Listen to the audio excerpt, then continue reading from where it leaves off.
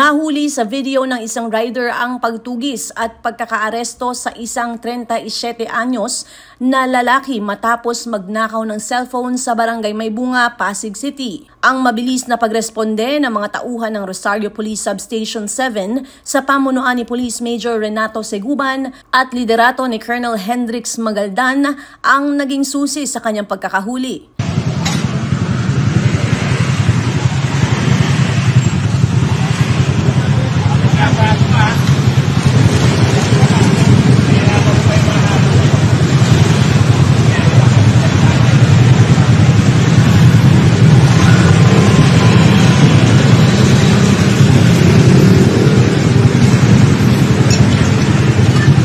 Papar, may habol kami.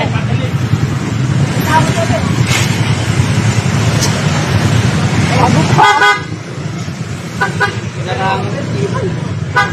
Ano nangyari dyan, kuya?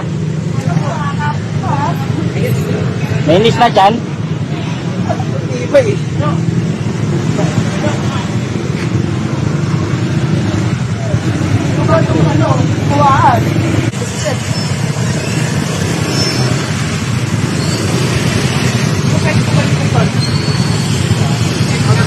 Ayon sa hepe ng Station 7, pasado alas 8 ng gabi noong Abril 2 nang pumasok ang suspect na si Alias Jr., isang tracking helper at residente ng Maybunga, sa isang establishmento sa Stella Maris Avenue at nagpanggap na customer.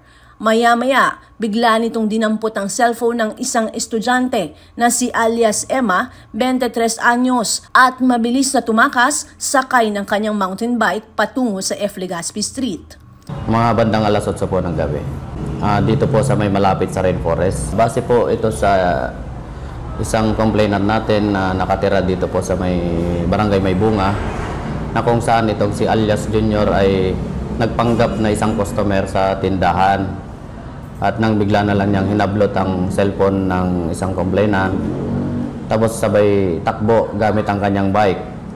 At base sa kwento ay humingi ng tulong itong si Madam sa ating kapulisan. Nagkataon naman na mayroon po tayong outpost dyan, malapit. Kaya agarang na sakote ito. Nung oras na po yun ay mayroong isang concerned citizen na nakakover nung habang hinahabol nitong suspect natin. At dito po sa may bandang Sirimudo at corner F. Legazpi ay mayroon po tayong pwesto dyan ng ating kapulisan. So ayan po yung kagandahan ng ating patrol post na naka-establish sa buong area. Hindi nagdalawang isip ang biktima na habulin ng suspect habang sumisigaw ng saklolo. Agad namang rumisponde ang mga pulis na naka-estasyon sa lugar at ilang rider na nagresulta sa pagkakaaresto kay Junior.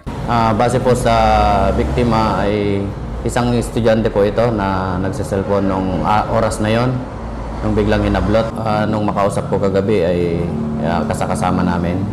Wala naman pong nangyaring pananakit o ano pa man sa kanya.